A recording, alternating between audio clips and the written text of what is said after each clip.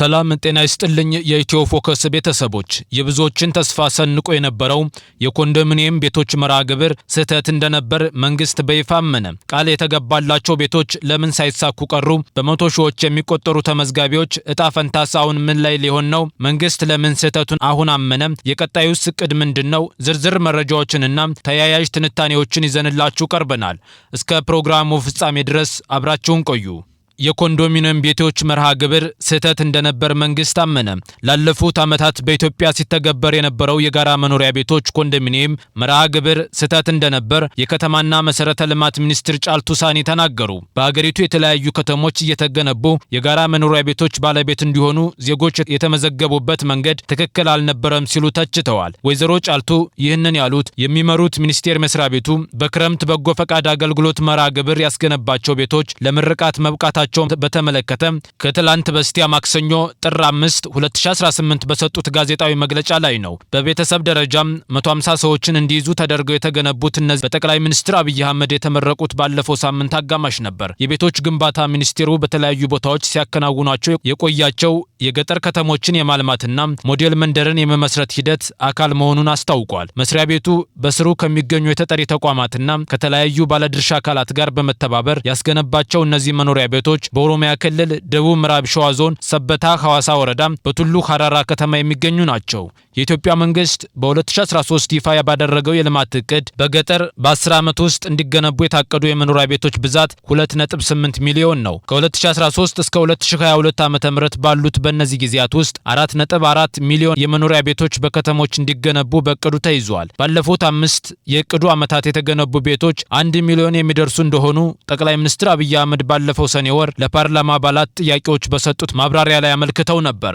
በወቅቱ 256,000 ቤቶች በግንባታ ላይ መሆናቸውን ጠቅላይ ሚኒስትሩ በዚሁ የፓርላማ ማብራሪያቸው ላይ ጠቁመዋል። አብይ በጳጉሜ 4 2017 በተከናወነው የህዳሴ ግድብ ምረቃ ላይ ባደረጉት ንግግር መንግስታቸው በሚቀጥሉት 5 እና 6 ዓመታት 1.5 ሚሊዮን ቤቶች ለመገንባት ማቀዱን ተናግረዋል። ይህ የጠቅላይ ሚኒስትሩ የቤት ግንባታ ሜጋ ፕሮጀክት መንግስታቸው በ10 ዓመት ውስጥ በከተማና በገጠር ለመገንባት በልማት እቅዱ ከያዘው 7.2 ሚሊዮን የመኖሪያ ቤቶች ጋር ሲነጻጸር በእጅጉ ያነሰ ነው። ባለፉት 5 ዓመታት በመንግስት በግል እንዲሁም በመንግስትና በግል ትብብር የተገነቡ መኖሪያ ቤቶች በመጪዎቹ 5 ዓመታት ለመገንባት ከታቀዱት ጋር ሲዳመር የሚመጣው 2.5 ሚሊዮን ቤቶች ብቻ ነው። የኢትዮጵያ መንግስት ከዚህ ቀደም በእቅድ የያዛቸውን የቤት ልማት ፕሮጀክቶች በአግባቡ መጨረስ አለመቻሉን የታዘቡ ባለሙያዎች ጠቅላይ ሚኒስትሩ ይፋ ባደረጉት እቅድ ተግባራዊነት ላይም ጥርጣሬ አላቸው። በመንግስት የታቀዱ የጋራ መኖሪያ ቤቶች ግንባታ በወቅቱ መጨረስ ያልተቻላቸው በመርሃ ግብሩ ችግሮች ምክንያት እንደሆነ የከተማና መሰረተ ልማት ሚኒስትሯ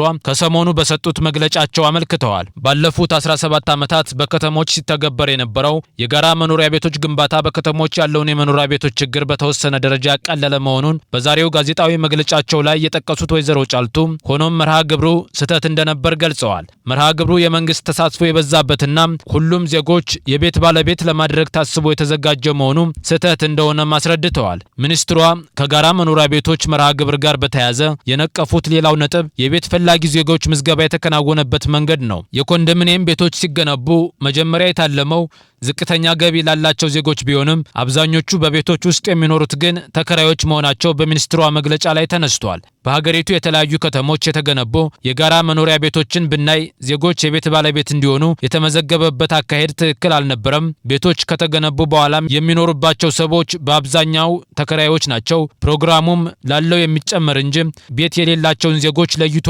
ችግራቸውን የሚፈታ አልነበረም ሲሉ ወይዘሮ ጫልቱ ተችተዋል። የከተማና ልማት ሚኒስቴር በ2012 ዓ.ም አሻሽሎ ባወጣው የቤት ልማት ስትራቴጂ ከተጠቀሱ 8 የከተማ ቤት አቅርቦት አማራጮች መካከል ቢያንስ ሁለቱ ዝቅተኛ ገቢ ያላቸውን ዜጎች ታሳቢ ያደረገው ነበሩ። መንግስት ተግባራዊ ሲያደርገው በቆየው የጋራ መኖሪያ ቤቶች መርሃ ግብር ጥቅም ላይ ሲውሉ የነበሩት እነዚህ አማራጮች 10/90 እና 20/80 የቁጠባና የመንግስት ድጋፍ አሰራሮች ናቸው። በተመሳሳይ መልኩ በጋራ መኖሪያ ቤቶች ግንባታ ላይ ተግባራዊ ሲደረግ የቆየውና መካከለኛ ገቢ ያላቸውን ዜጎች ተጠቃሚ ለማድረግ ያለመው አሰራር 40/60 ቁጠባና የመንግስት ድጋፍን የያዘ ነበር። በቀደሙት ዓመታት ሲተገበር የነበረው የጋራ መኖሪያ ቤቶች መርሃ ግብር ሁሉንም ዜጋ የመኖሪያ ቤት ባለቤት ለማድረግ ያሰበ እንደነበር የከተማና ልማት ሚኒስትሯ በመግለጫቸው አስታውሰዋል። መንግስት ሁሉም ዜጋ ቤት ቢኖረው ደስተኛ ነው ያሉት ወይዘሮ ጫልቱ ይህ ግን የሚሳካ አይደለም ሲሉ ለጋዜጠኞች ተናግረዋል። ሚኒስትሯ በመንግስት ወጪ ብቻ በሚገነቡ ቤቶች ዜጎቹን የቤት ባለቤት ማድረግ እንደማይቻል አጽንኦት ሰጥተዋል። በአዲሱ የቤት ልማት ፖሊሲ መንግስት በቤቶች ግንባታ ዙሪያ ያለው ተሳትፎ 20 በመቶ ብቻ እንደሚሆን ሚኒስትሩ አስረድተዋል። ፖሊሲው የሌሎች ሀገራትን ፖሊሲ ልምድ በመውሰድ እንደተዘጋጀ የገለጹት ወይዘሮ ጫልቱ ቀሪው 80 በመቶ የዜጎች መኖሪያ ቤት ፍላጎት በባለ ሀብቶች፣ በቤት አልሚዎች ኩባንያዎችና በተለያዩ አማራጭ እንዲመለስ እድል የሚሰጥ እንደሆነ አብራርተዋል። ኢትዮጵያም ከዚህ በፊት የነበራት የከተማ ልማት ፖሊሲ ብቻ እንደነበር የገለጹት ሚኒስትሯ የቤት ልማት ፖሊሲ በአገር ደረጃ ለመዘጋጀቱ ለዜጎች አንገብጋቢ የሆነው የመኖሪያ ቤት ጉዳይ ትኩረት እንዳይሰጠው እንዳደረገው አመልክተዋል።